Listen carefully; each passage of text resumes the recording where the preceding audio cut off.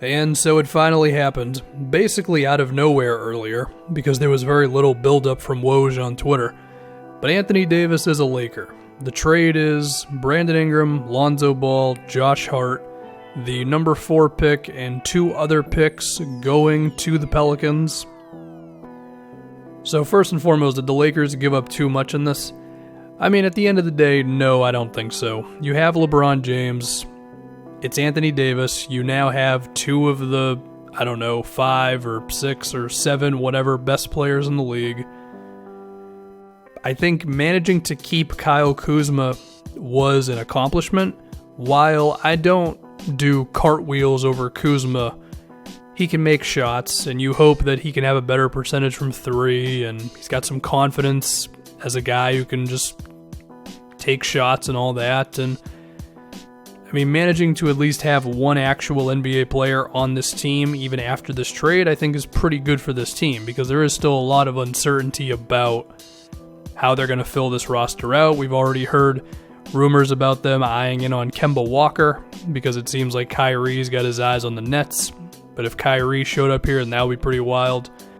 But after all that stuff, it's still the idea of you got to fill out the rest of the roster, right? You need shooters and rebounders and defenders. This, basketball team construction 101, which of course this front office failed at a year ago. So we're going to have to hope that they don't fail at it again this time around. They certainly got, similar to last year, the big one right. Now it's a matter of all the little things.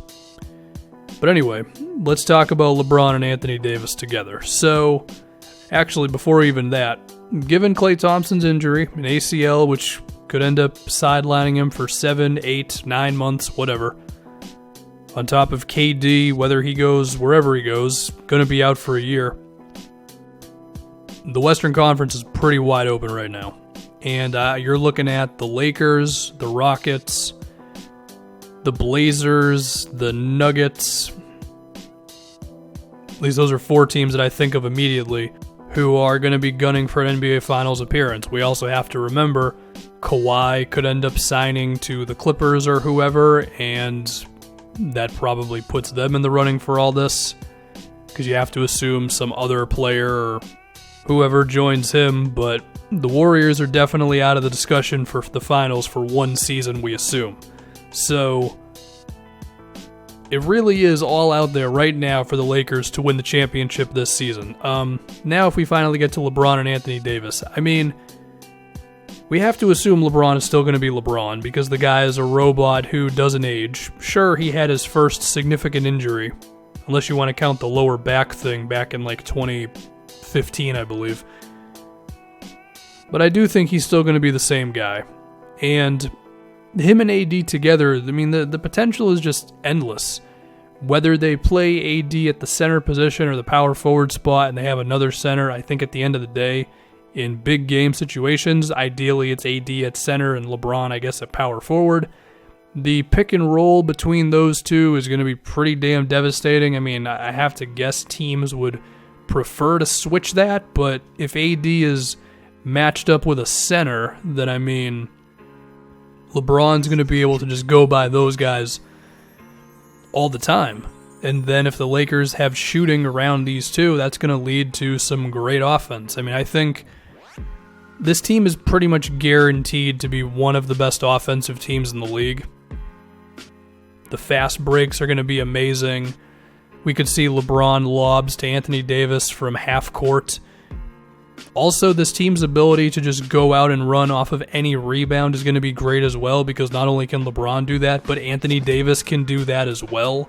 If teams choose to trap LeBron, AD can go off the dribble and make a play to somebody or finish at the rim himself.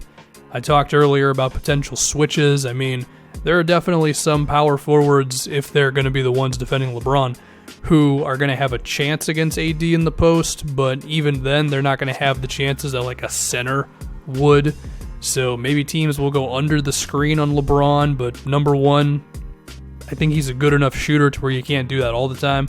Number two, it's LeBron James. He's the smartest player in the league, so no strategy is going to work against the guy that many times. And I think the type of defenses that are going to be able to slow down the Lakers are the ones that are just going to be basically like the Raptors that we saw this year, right?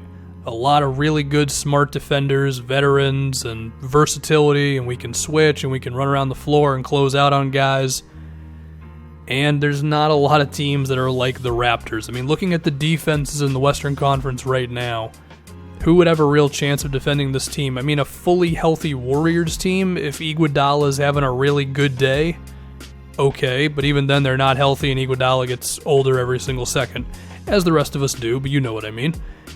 Given Anthony Davis's ability to hit jump shots and go off the dribble starting from the three-point line, I don't know if the Jazz could really do what they want to do defensively against the Lakers. I mean, they could certainly be effective defending the rim and doing all that stuff, but we see these super perimeter-oriented teams give them problems, and I think the Lakers could do that. Steven Adams, I think, could be attacked all day with Anthony Davis, even if Adams is one of the better defensive bigs in the league. I would like to think the Blazers, just because they're really good at having a game plan and sticking to it, assuming Nurkic is healthy, but even then, the difference athletically between Davis and any of the Blazers' bigs is a pretty drastic thing. If we talk about the Lakers versus the Rockets, I mean, I do think Houston could at least put up a fight against the LeBron AD thing. And again, all of this is going to assume that the Lakers don't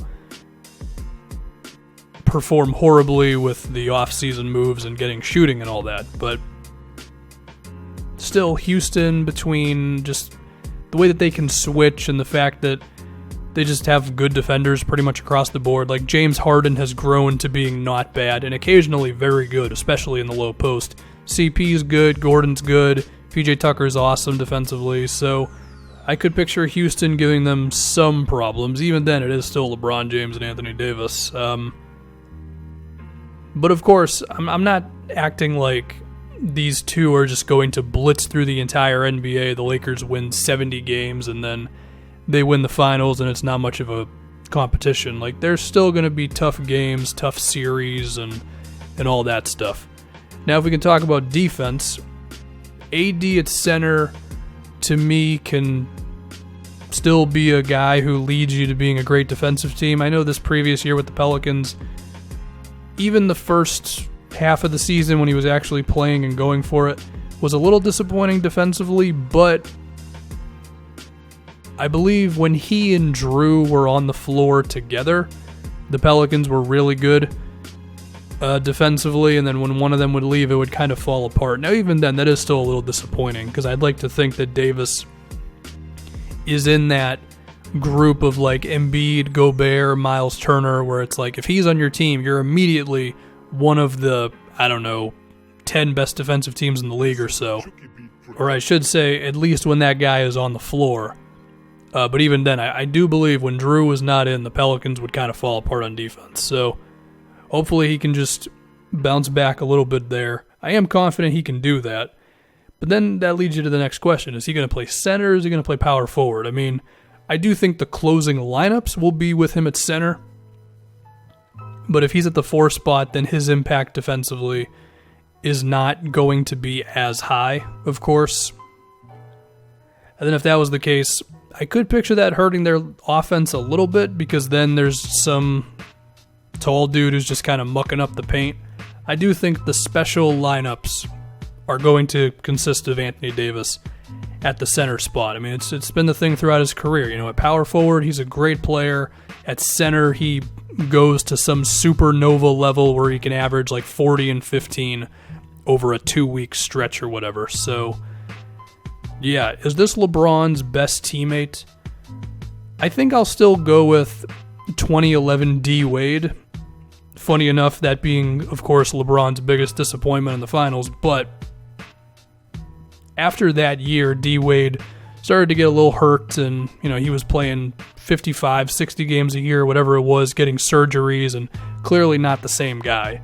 So I guess this is like the second best teammate LeBron's had, and I mean, you got to assume AD's going to be here for a while. And that's another thing, is that the Lakers not only ensured themselves that they're title contenders for however long LeBron James remains LeBron James, and even then, if he drops off a little bit, you might still be fine. They've also ensured that they are going to be at the forefront of the NBA for, I don't know, the next decade at least. I mean, how old is Anthony Davis? He's 26 years old. If we assume that he is still this good at 33, 34 years old, then, well, get used to the Lakers being in the deep ends of the NBA playoffs, is all I'm going to say. So, yeah, the Lakers have Anthony Davis, and now Anthony Davis and LeBron James are on the same team.